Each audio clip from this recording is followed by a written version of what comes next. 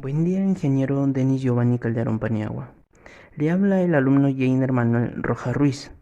En esta oportunidad tocaremos ejemplos de observación por instrumentación de fallas de taludes y deslizamientos, ya que es un tema muy importante. Bueno, para empezar, ¿qué podemos decir que es un talud? Bueno, un talud es una masa del suelo con una superficie externa inclinada con respecto a la horizontal. Cuando el talud se forma de manera natural, sin la intervención del hombre, se denomina ladera natural o simplemente ladera. Cuando la inclinación en la masa del suelo es generada por la intervención de la actividad humana, excavaciones o rellenos, se denomina talud. Hoy en día, en ciertos trabajos de la ingeniería civil, es necesario utilizar el suelo en forma de talud como parte de la obra. En un talud podemos presenciar fallas y deslizamientos, ya que la falla se debe a un incremento en los esfuerzos actuantes o a una disminución de resistencia al esfuerzo cortante del suelo. Esta variación en general es causada por efectos naturales y actividades humanas. Dentro de ello tenemos distintos factores que causan el deterioro del talud, como por ejemplo la erosión, la lluvia, sismos, factores climáticos. Bueno, pasamos con los ejemplos.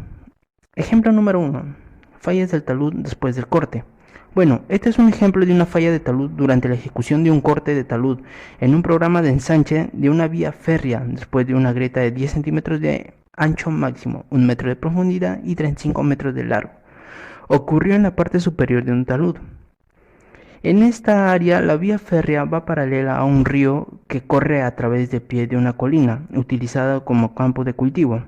La vía existente tiene un talud de corte de 20 metros de largo con una inclinación de 1.1.2. Un muro de contención de contorno hecho de albañilería de piedra está instalado en el pie del talud.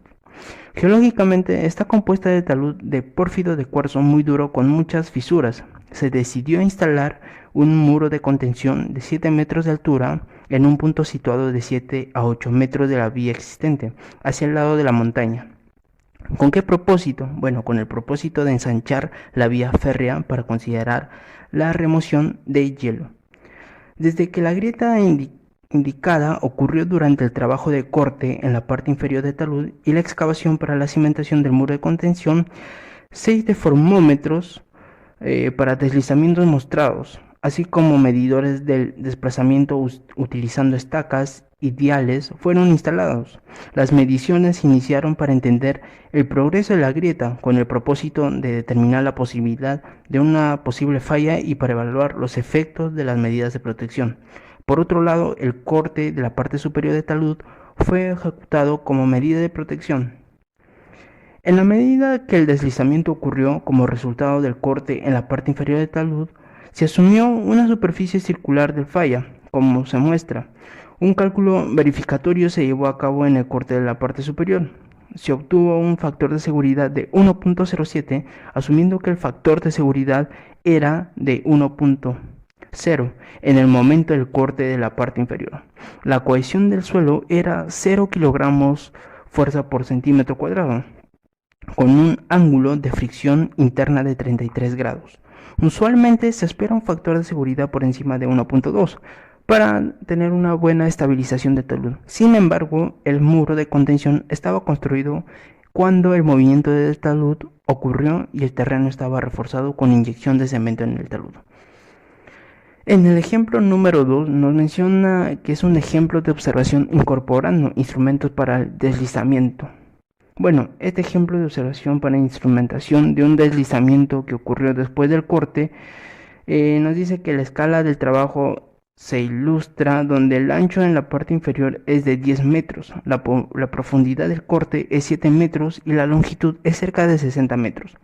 Después de un mes de completar el corte, apareció una grieta de 8 metros de largo y 40 metros de ancho en el talud de corte y en la parte superior del talud natural. De acuerdo con las mediciones de extensómetros del material, se empezó a mover con una velocidad de 8 milímetros por día, conforme se desarrollaba el deslizamiento. Este talud se localiza en el pie de una terraza de río, cuya parte superior forma una platea. Su formación geológica comprende materiales piroclásicos del cuaternario depositados sobre alternancias de lodolita y tufos del Mioceno. Con el objeto de entender la situación actual de deslizamiento, se ejecutaron sondajes en los lugares indicados. La descripción de los reconocimientos se presentan a continuación. 1. La formación geológica en base a los sondajes. 2. El reconocimiento de la superficie de deslizamiento. 3. El reconocimiento del nivel freático, ya que en base a los resultados de las observaciones del nivel freático en los sondajes se determinó que el nivel freático se encuentra de 4 a 6 metros por debajo de la superficie del terreno. Se observa además el levantamiento del nivel freático debido a la lluvia. 4. La observación con reglas inclinadas. En este proceso se instalaron reglas inclinadas en la parte superior de la escarpa de deslizamiento en la parte más alta.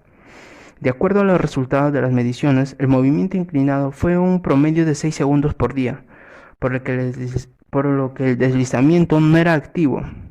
Se predijo que el progreso del deslizamiento en la parte superior, ya que el movimiento inclinado recién se estaba acumulando. 5. La observación por extensometría. Se instalaron extensómetros entre terreno estable y las partes más elevadas de la escarpa del deslizamiento. En base a los resultados de la observación de la cantidad de movimientos después del deslizamiento alcanzó 198 milímetros. La falla a gran escala no ocurrió.